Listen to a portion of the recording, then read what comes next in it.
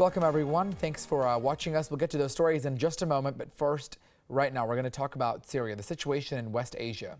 The United Nations has suspended all aid movements there in the war-torn country. Military aircrafts, all of these are just simply not able to provide aid to those on the ground. The UK-based Syrian Observatory for Human Rights said at least 32 people were killed in dozens of airstrikes launched in and around Aleppo, this after the truce officially came to an end. The Russian Defense Ministry says Russia and Syrian air forces were not involved in the strikes, though. U.S. Secretary of State John Kerry says that despite the violence in Aleppo, the ceasefire is not dead.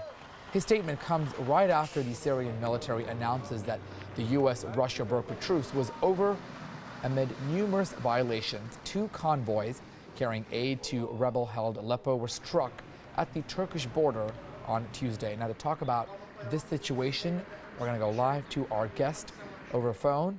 We have the head of the communications of MSF in India, also known as Doctors Without Borders, Nancy Barrett, joining us now. Nancy, thanks so much for joining us. We appreciate your time. Let's start off with you, first of all, talking about the situation, the recent developments with the aid or organizations there being impacted on the ground.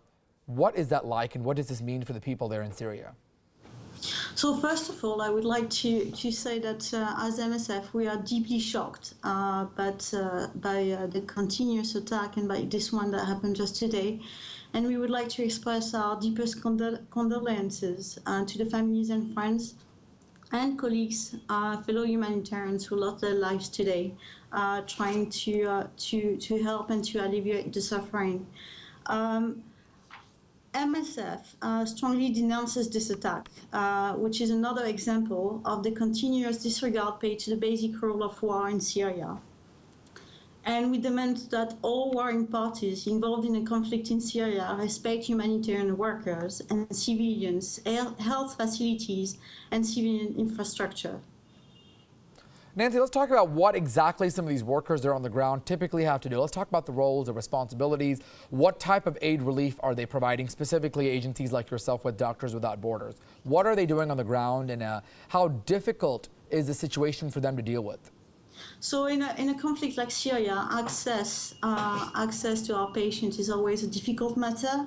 And when we have difficult scenario like Syria, the way MSF would operate is to have what we call the remote support. So that's exactly what we're doing in Syria, that currently we're offering more and more remote support to over 150 medical facilities across Syria, which means that we send medical supplies, including drugs and equipment.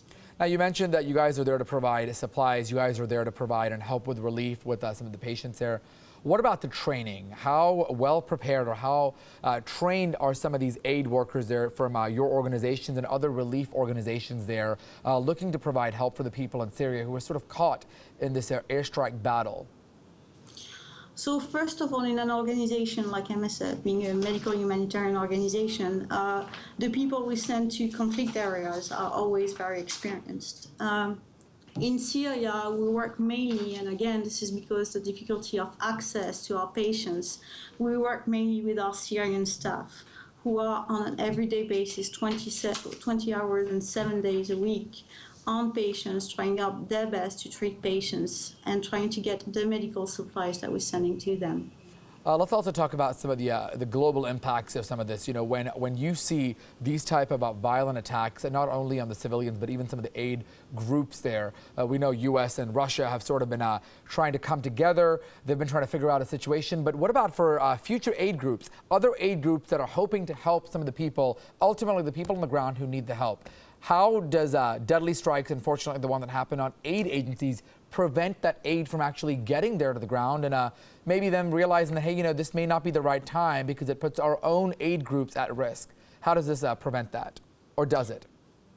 Well, first of all, the message for us is very clear. The hospitals and civilians must be spared from the bombing. So this horrific attack that we've seen again today contravenes the humanitarian law and has a catastrophic impact on the people of Syria. So we've seen another example today, and they're already made vulnerable by war and violence.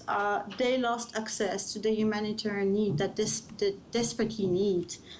So the message is clear. Spare hospitals and civilians from bombings, allow the severely sick and wounded to be evacuated, and do not cut the supply of food, drugs, and vital goods.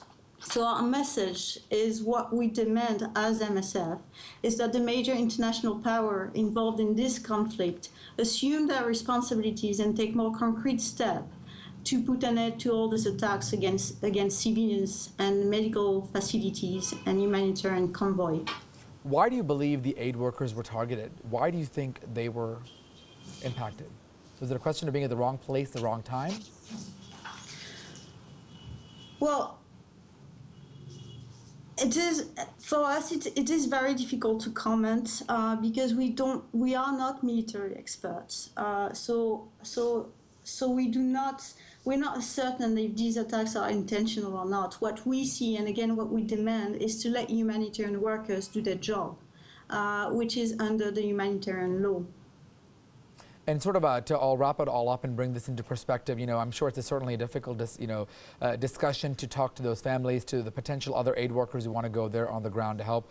At this point, with organizations like MSF, Doctors Without Borders, what do you think needs to happen? What needs to be done to ultimately end the conflict there, but also to make sure those who are impacted on the ground do get that help, the right people that need help, because ultimately it's to drive out the Islamic State, drive out the terrorists. But innocent lives, including aid workers like those with Doctors Without Borders, are sort of caught in the crossfire. What needs to be done to sort of mitigate this issue?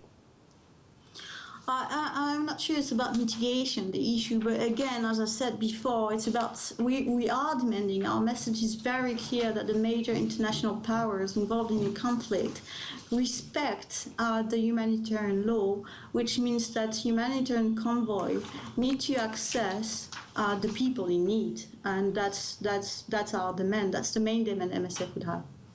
All right, Nancy Barrett joining us for the updates about what's going on with regards to the deadly strikes. Thank you so much for the update from MSF. Our thoughts and prayers certainly are with your colleagues.